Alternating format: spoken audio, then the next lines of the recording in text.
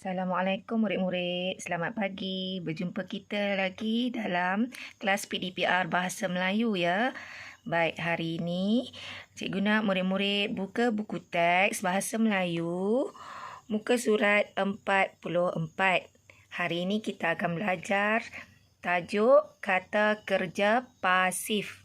Kata kerja pasif. Baik, terlebih dahulu kita lihat dulu bahagian info. Dalam petak kuning ni, iaitu bijak bahasa, penerangan tentang apa itu kata kerja pasif. Kata kerja pasif ialah kata kerja hasil perubahan ayat aktif menjadi ayat pasif. Contoh, Azura membaca buku. Azura membaca buku ini ialah ayat aktif. Kata kerja aktifnya ialah membaca. Baik, kemudian ayat kedua dia beri, buku dibaca oleh Azura. Buku dibaca oleh Azura. Dibaca ini ialah kata kerja pasif. Jadi, bila ditulis buku dibaca oleh Azura, jadi ini menjadi ayat pasif. Baik, kata kerja di sini, cuba tengok kata kerja membaca. Membaca ialah kata kerja aktif, ditukar menjadi dibaca, iaitu kata kerja pasif. Kata kerja pasif ni awalannya dimulakan dengan imbuhan di.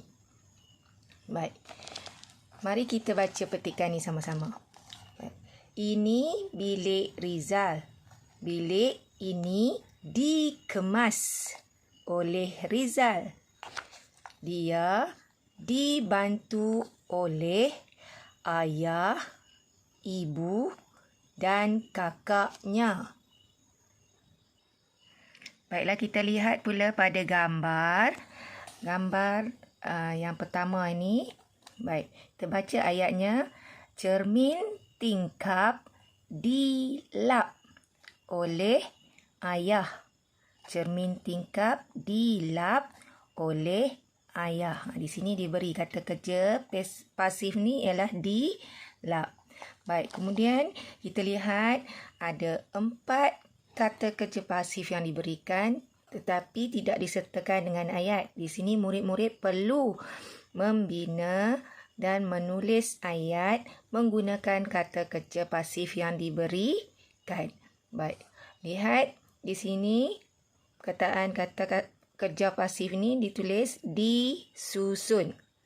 Lihat gambar. Contoh ayat yang boleh dibuat ialah buku-buku itu disusun oleh Rizal. Baik, perkataan seterusnya, kata kerja pasif seterusnya ialah disangkut. Contoh ayat, baju-baju itu disangkut oleh ibu di dalam almari. Baik, kata kerja pasif yang berikutnya, disapu. Contoh ayat, sampah itu disapu oleh kakak. Dan akhir sekali, ditukar. Ditukar. Contoh ayat, cadar itu ditukar oleh ibu. Cadar itu ditukar oleh ibu.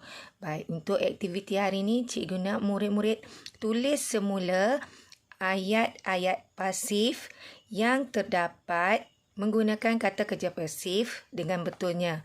Baik, selain daripada ayat yang perlu murid bina sendiri ni, ada 3 ayat yang diberi, 3 ayat yang menggunakan kata kerja pasif yang diberi di dalam gambar ni. Di dalam petikan dan juga gambar. Jadi murid-murid kena tulis juga ayat-ayat yang telah diberikan itu, termasuk 4 kata kerja pasif yang murid perlu bina ayat. Jadi semua kena ada di sini ialah 7 ayat. 7 ayat yang menggunakan kata kerja pasif. 4 disusun, ditukar, disapu, disangkut ini murid kena bina sendiri. Boleh dengar contoh yang cikgu beri. Yang 3 lagi cuba murid cari mana ayat yang diberi yang menggunakan kata kerja pasif. Kemudian salin semula ayat-ayat tersebut dalam buku BM2. Itu sahaja tugasan hari ini. Sekian, terima kasih. Selamat belajar.